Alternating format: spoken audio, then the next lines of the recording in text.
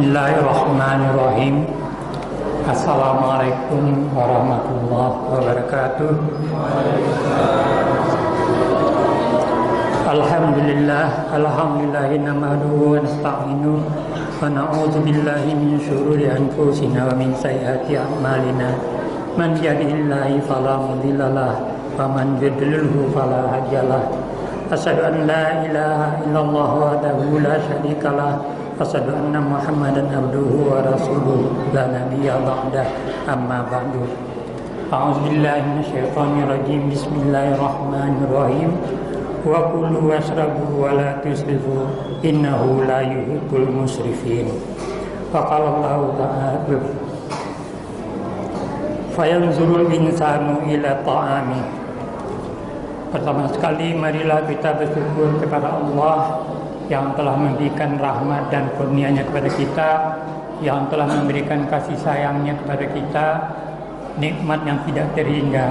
Tapi jarang sekali kita bersyukur nikmat sehat yang telah diberikan oleh Allah kepada kita. Memang dalam satu hadis dikatakan nikmatan mahbubun fi ma katsirun minan nas as-siha wal faraq. Ada dua nikmat yang kadang-kadang kita suka lupa, yaitu kita nikmat sehat dan waktu yang luang. Padahal Allah mengingatkan kita untuk dapat menggunakan waktu sebaik-baiknya dan menggunakan kesehatan kita sebaik-baiknya untuk dalam rangka pengabdian kepada Allah Subhanahu wa taala. Bapak-bapak dan ibu-ibu, kaum muslimin dan muslimat yang bahagia. Pada makna ini saya akan diberikan mengenai tentu bidang saya dokter, tentu saya akan bicara mengenai kesehatan. Di dalam satu hadis dikatakan sumutasihu, berpuasalah agar kamu sehat. Kalau dahulu banyak orang beranggapan puasa itu melemahkan, puasa itu bikin capek. Jadi kalau puasa itu libur aja, nggak usah kerja, tidur istirahat di rumah menunggu waktu maghrib, nah nanti buka puasa. Padahal tidak demikian halnya sebetulnya. Puasa itu adalah betul-betul menyehatkan. Bagaimana pola puasa yang menyehatkan itu? Di dalam satu hadis dikatakan, nahnu qaumun la naqulu hatta najua wa idza akalna la nasba. Dalam hadis itu disebutkan, kami satu kaum yang tidak makan kalau belum lapar. Kalau dalam kami makan tidaklah sampai kenyang. Hadis ini yang disampaikan oleh Nabi adalah sampai sekarang ini masih kuat, ya, masih terbukti di dalam dunia kedokteran, ya. Pola hidup. Jadi kami satu kaum tidak makan kalau belum lapar, kalau makan tidak kenyang. Dalam sekarang pola hidup yang dianjurkan di dalam dunia kesehatan adalah memang demikian, makan jangan berlebih-lebihan. Ya, kulu wasqau wala tusrifu innallaha la yuhibbul musrifin, itu benar-benar bermanfaat buat kita dan telah dibuktikan juga di dalam dunia kedokteran saat ini. Ya, lihat kalau orang yang pola makannya berlebihan, ya, apa akibatnya? Yaitu pola makan yang berlebihan akan menyebabkan kolesterol tinggi, dan kalau kolesterol tinggi menyebabkan bisa darah tinggi, dan kalau darah tinggi bisa menyebabkan gangguan pada jantung. Nah, kalau terjadi serangan jantung bisa kita mati mendadak. Jadi Allah telah mengingatkan kita pola makan jangan berlebih-lebihan, ya. Nahnu qaumun la naqulu hatta najua wa idza akalna la nasba, itu harus betul-betul kita terapkan. Bagaimana pola hidup Nabi yang sehat? Nah, saya ingin menyampaikan kini bagaimana pola hidup Nabi yang sehat, yaitu mencegah datangnya penyakit lebih baik daripada mengobatinya. Itu di dalam hadis al-wiqayatu khairum minal ilaj. Pencegahan itu lebih baik dari pengobatan. Jadi kata sekarang di dunia dalam WHO dikatakan pencegahan itu lebih baik dari pengobatan. Itu Islamlah telah lebih dahulu menyampaikan kepada umatnya, ya, pencegahan itu lebih baik daripada pengobatan.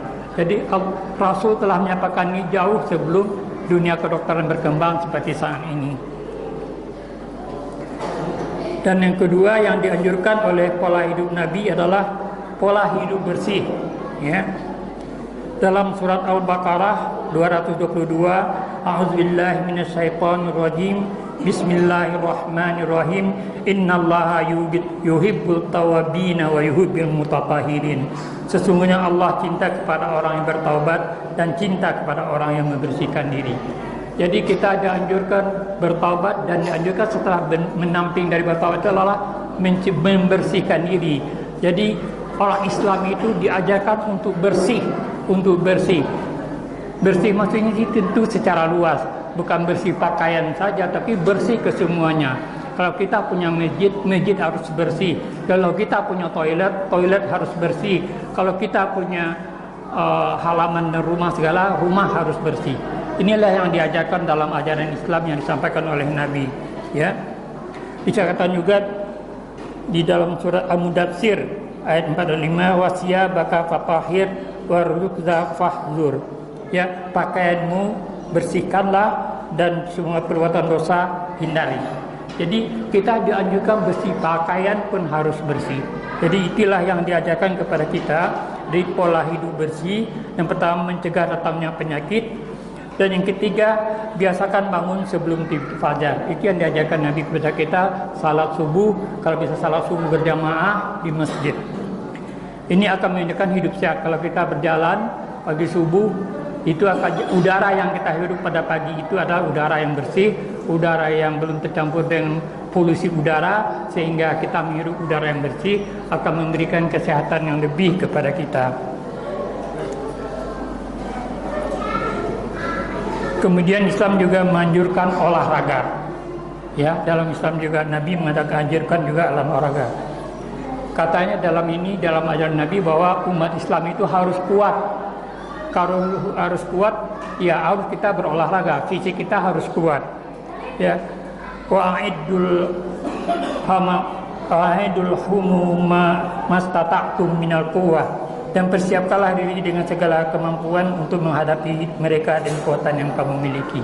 Jadi di dalam dulu waktu perang-perang zaman Nabi, maka disuruh kita mempersiapkan diri, fisik kita harus kuat secara fisik, sehingga di dalam perang melawan musuh kafir kita diberi kekuatan oleh Allah.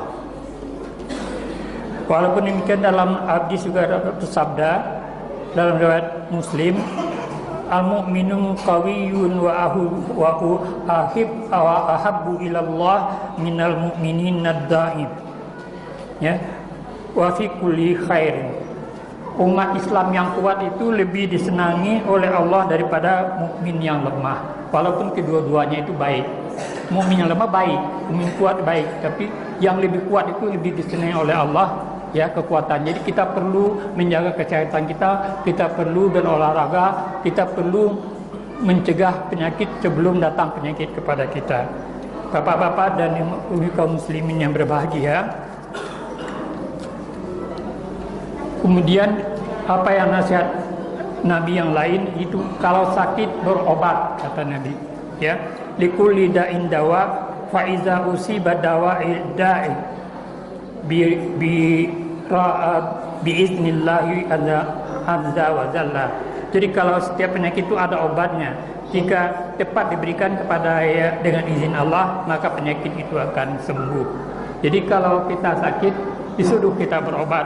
Ya, jangan biarkan penyakit kita, Allah akan memberikan, Allah akan sayang kepada kita, Allah akan menyembuhkan. Allah menyembuhkan, tapi kita harus berusaha, ada ikhtiar. Ya, kita tidak hanya berdoa, tapi harus ada ikhtiar. Bapak-bapak dan ibu kaum muslimin yang berbahagia, jadi dianjurkan dalam hadis riwayat Ahmad, tadawwau ibadallah fa innallaha la maryadam da'in illa wa da'alahu dawa. Berobatlah kamu wahai hamba Allah, karena sesungguhnya Allah tidak menurunkan sesuatu penyakit tanpa menurunkan obatnya. Jadi Allah menurunkan penyakit kepada kita, tapi Allah juga menurunkan obatnya.